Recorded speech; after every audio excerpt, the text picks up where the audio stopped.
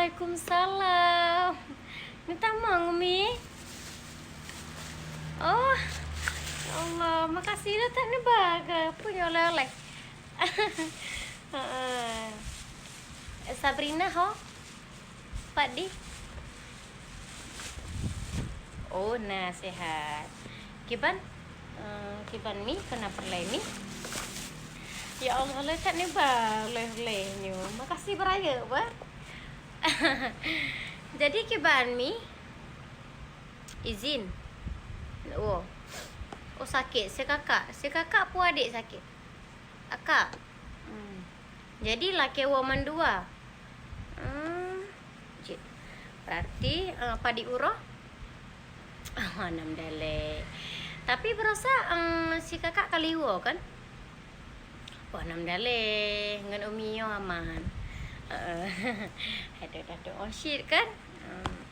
Padi urah ni uah dale lebe mici oleh na bukidin tengah bukid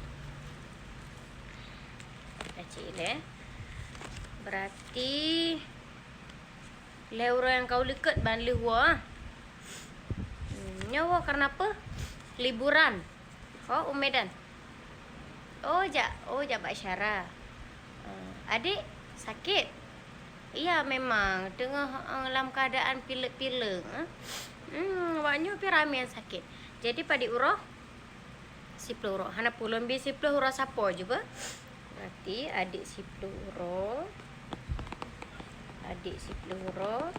Mencatat ileno namanya. Adik 10 hari liburan sepuasnya di Medan. Kakak 10 hari. Oh hana pu ada tilak balik anam dale. Makasih oleh Miba. Agak empau. Oh mah dua mau cak buku dia nak. Empau. Surat nyuntik tinggal perlu mah bak tunggu je matang. Untuk menyemurusan dengan umi je nalung yang tanggasi. Jitlong yang je. Okey. Good. Terima kasih. Biar. Tamang. Putra Salbine. Dua ke ngai masara siaat kena bak kantor izin Putra Idin kajak bantu mak ajak ublang hari mak ayu jak ublang ane bak dayah dengan mak ajak ber cak nama dalam bilik ke deh Putra Salbine sabe Idin kah kalau kau agak bulan yang kau lekut kajitnya Siton siga wo. Anjuk wo jejetan. Sabe-sabe laki wo Salbina nyan. Kajit nyan. Siton 2 gajit wo. Puasa haji. Jak ublang macam. Hanjut long bedin hanjut. Long long pejih tu. Hanjut. Jadi wirid.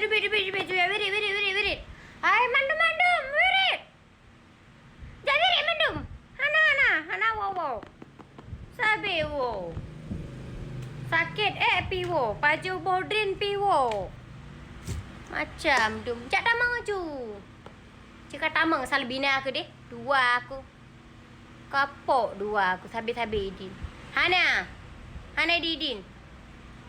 Nama sapu. Một cái chặt là cho cô đề hẹn tạ pi lành lợt